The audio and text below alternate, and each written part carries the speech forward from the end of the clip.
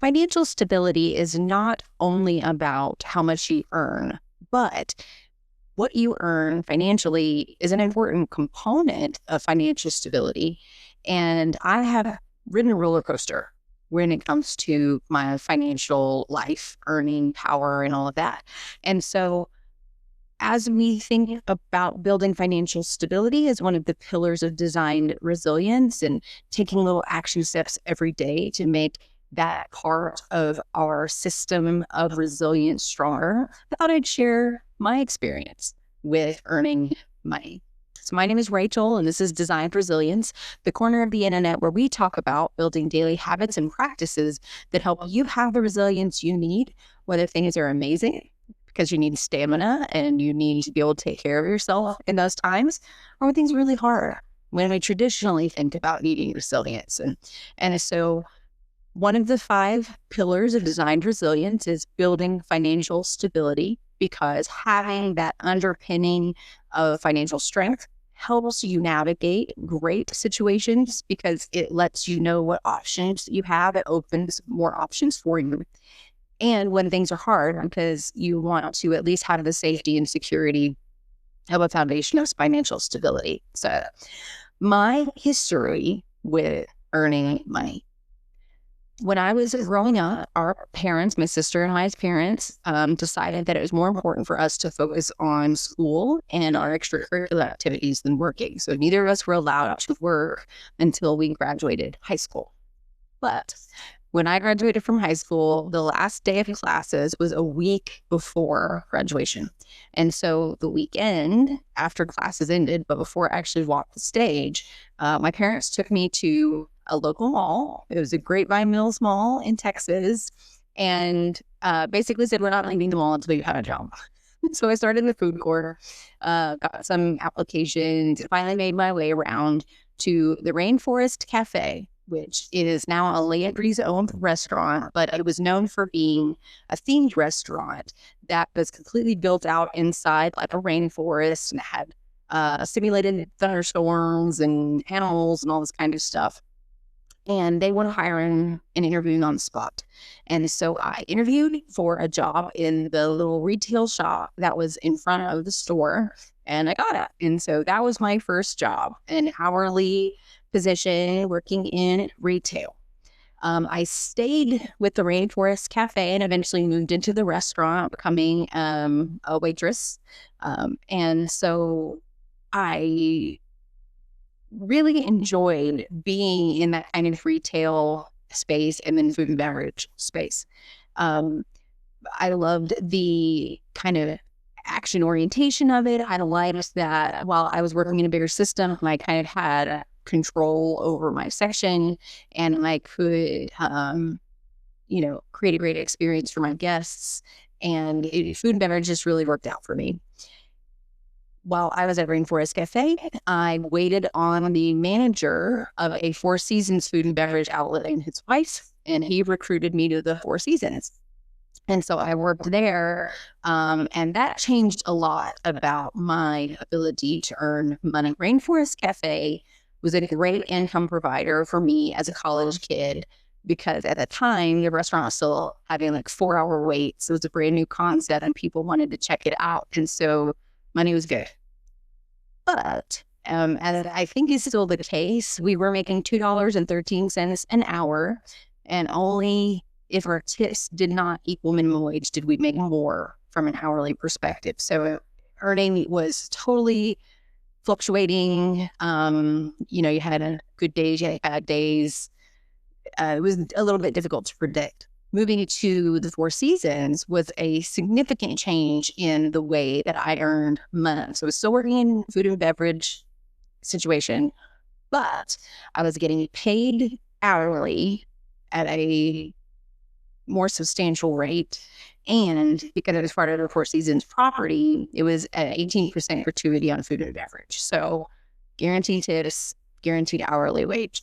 That created a lot more stability for me. And I had the perk of earning free nights. And so while I didn't have much money to travel because I was paying out of pocket for tuition and room and board, I did have a little scholarship, but a lot of it was on me. Um, the ability to earn a free night and then stay in a hotel at that time in my life was a really big perk. So I enjoyed that. Um, those two jobs took me through college. And then when I graduated from college, I was scared of real life. I had done really well in school and felt like I had been able to do well in established systems. But I was a first generation college graduate. I had never seen somebody graduate from college and go onto a job. So I didn't really know what kinds of jobs I could apply for, what titles, where I was allowed to work, that kind of stuff. So I decided, I know what? One of the things I've always felt good, or places I've always felt good, was at the hair salon. So I'm going to go do hair. So mind you, I had successfully worked and paid my way and graduated from college with a business degree, debt-free. And I'm like, I'm going to go to hair school. So I did. So I went to hair school, and I studied at an Innovative Institute. Pro tip: if you are going to go to cosmetology school, do not go to a brand name school. Get a job at a brand name salon, hopefully with an apprenticeship, but just go to a regular school, take your test, and then get your actual on-the-job training at a branded place, because I paid a lot of the money for my very fancy branded hair school education, and I learned everything I needed to do at the job on the job. So, pro tip there. That was my first, I felt like, good girl paycheck. That was where I went from, that making like in the 20s a year, waiting tables and going to college, to $50,000 to $60,000 a year. Once I finally built my book of clients, and I really enjoyed doing hair. It was fast paced. You get results we were on a 30-minute schedule. So every 30 minutes you're getting results. You're meeting people. You're helping them feel amazing, helping them take care of themselves. For me, it was a really great, career choice. I enjoyed it. I did that for 4 years. And then my personal life caused a change in location. And one of the things about doing hair is that while the skills are transferable, your clientele may not be, depending on how far away you're moving. And so I was moving so far that my clients wouldn't be able to come with me. So I decided at that point that I would try to use my degree. And I got a temporary job at a corporation. And that temporary job turned into a full-time job. And so while it was at first not as much money as I was making when I left doing hair, there were different benefits that kind of leveled it out. I knew there was plenty of opportunity for me to grow over time. They had all of the 401k, and they had the health benefits and stuff. So I saw my total compensation differently, but I wasn't making as much money. Here's where I learned about the difference between getting paid twice a month, or every other week, or once a month. At one point at this company, I got a promotion, and because I went from a certain level of the company to another level, I now was getting paid once a month. And that was a difficult transition, because when you are getting paid every 2 weeks or twice a month, like 1st and 15th, you have a little bit more regularity to your cash flow to kind of keep up with your bills. And so I was excited about the promotion. It was more money overall, but because of the once a month paycheck, I kind of got rolled, is how I think about it. So I got myself into the trap of payday loans to try and bridge that last week and a half gap that I was experiencing, going from getting paid twice a month at least to once a month. An angel from God blessed me and helped me get out of that cycle, under the condition that if I was ever financially able to do it, I would help somebody else out. And thank goodness I had had the opportunity to do that since then. But that was a really weird place to be, because I was making more money than before, and I was less able to pay for my life financially.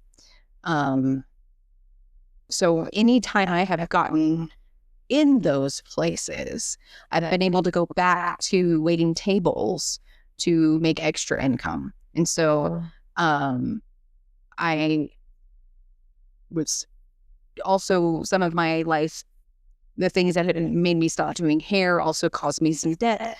And so I was kind of facing this big storm of finances. I was paying off debt aggressively. I was getting paid once a month, and I started kind of using these payday loans, which I, thank God, was able to pay off every month. So I wasn't accruing these insane fees, but it still was a cycle that was not helpful. And I was picking up extra shifts as a waitress on top of my corporate job.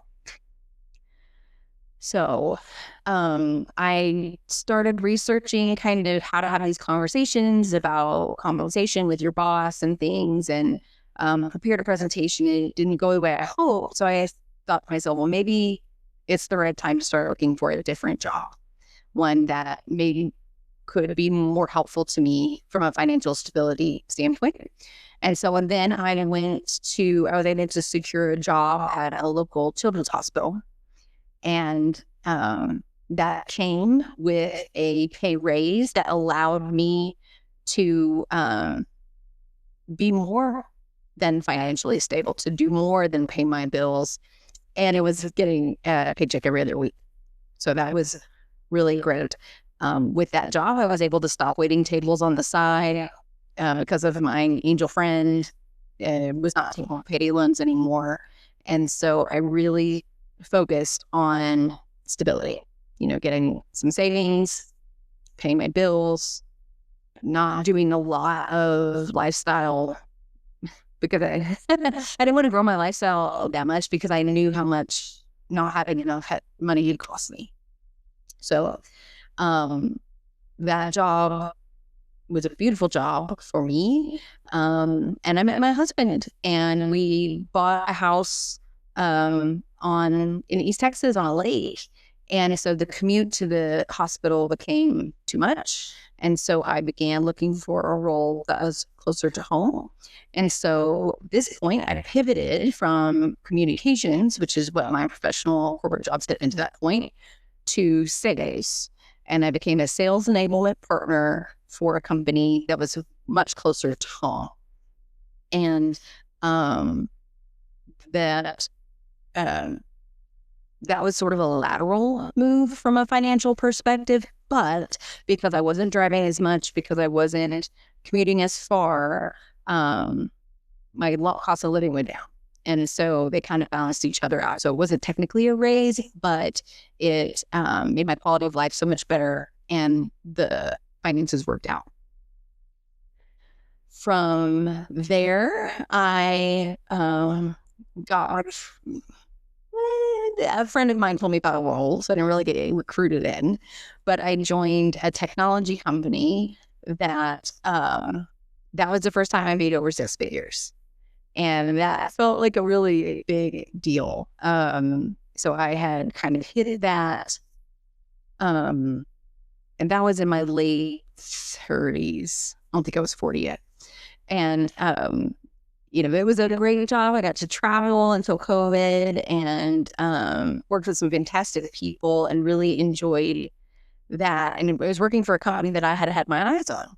I'd been watching and looking for roles that I might be a fit for, because I just was really interested in them and the work that they did. And so that was an amazing jump in my earning. Obviously I only had one job at that point too. Didn't have to work on the side when I finally made over 6 figures. And I was at that job for a few years before I got recruited back to the company where I had gotten into sales. And they were offering an executive position, a new executive position that they were building out a function. And they were going to offer executive level pay and an executive level title. And so I felt like at the time that was the move. go get that money, go get that title. Even though I loved my work, I loved my team, I loved everything about where I was, I felt like this offer might never come around again. I might never get the chance to be an executive. I might never get to the chance to make this kind of money. So I took the job. And well, it was amazing and it grew me professionally. And I had never in my life, and I may never again earn the kind of money that I was making at that job. It ate my soul. It changed who I was. It ate my soul. And so luckily, prior to getting this opportunity, my husband and I had gone for the Dave Ramsey program. So we had paid off all of our consumer debt by this time. We were disciplined with budgeting. We were disciplined with savings. And so thank goodness we had that discipline by the time I got to this highest level of earning, because I can guarantee you I would have spent that money on stupid stuff, because I like to shop and I like, I will admit I did start getting extensions, which were like $1,000 a month. So I will say I wasn't completely sane, but we did also invest. We did also, have an emergency fund. We did also save. So, but making that kind of money was wild. I'm so glad I had the discipline and the education from before when we weren't working as much. So with my soul eaten and my personality changed, I was no longer in that position. And I since have, found employment it's not what that was.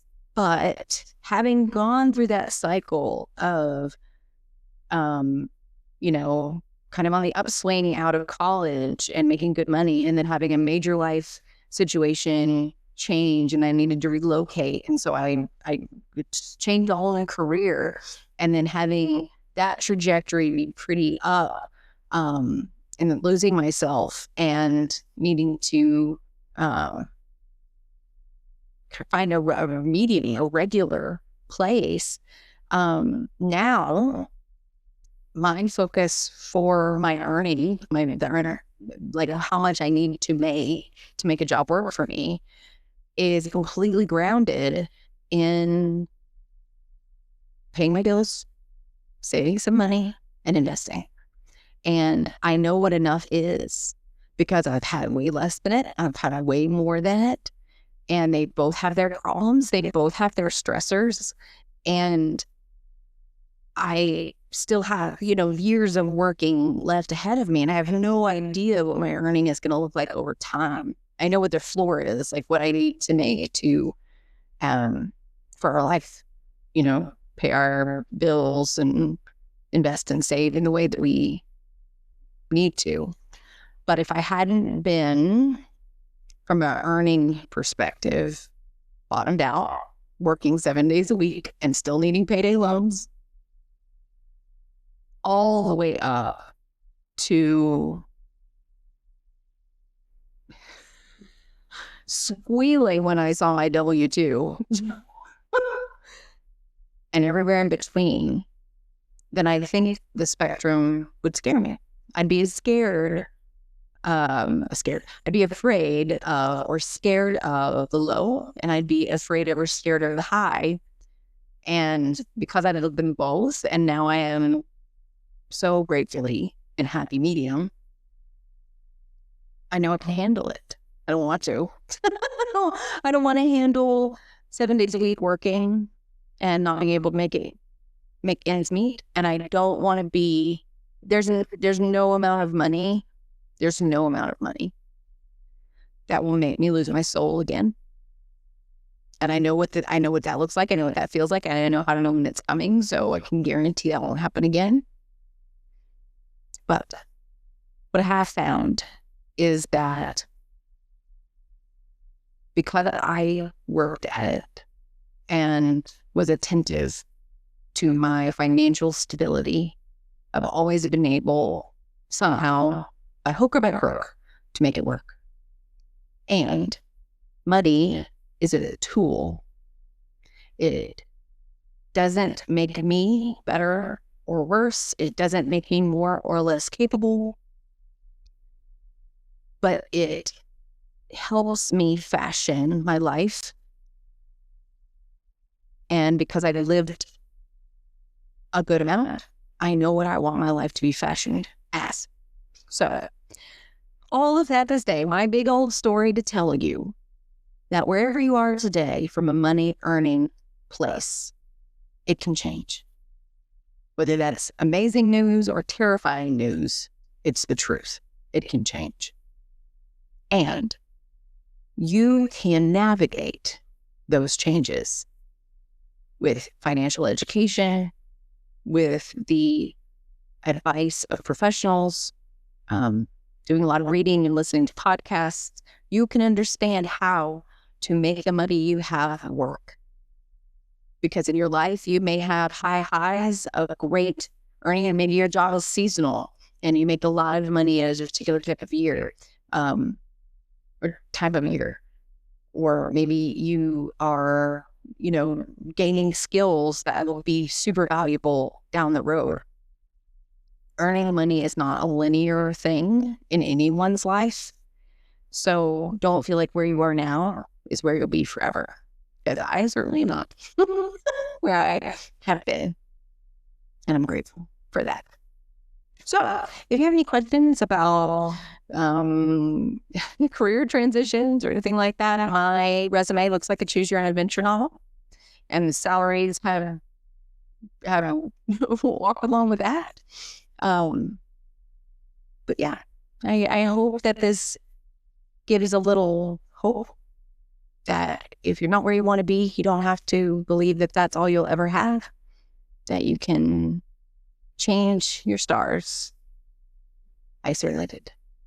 So if you found this helpful, maybe give it a like, consider subscribing to the channel. We talk about little bitty habits, concepts, perspectives that help you build resilience daily so you don't have to gut it out in the moment. You have things that you can fall back on, because that is what has gotten me through some of the best and worst times of my life. And I'll see you next time.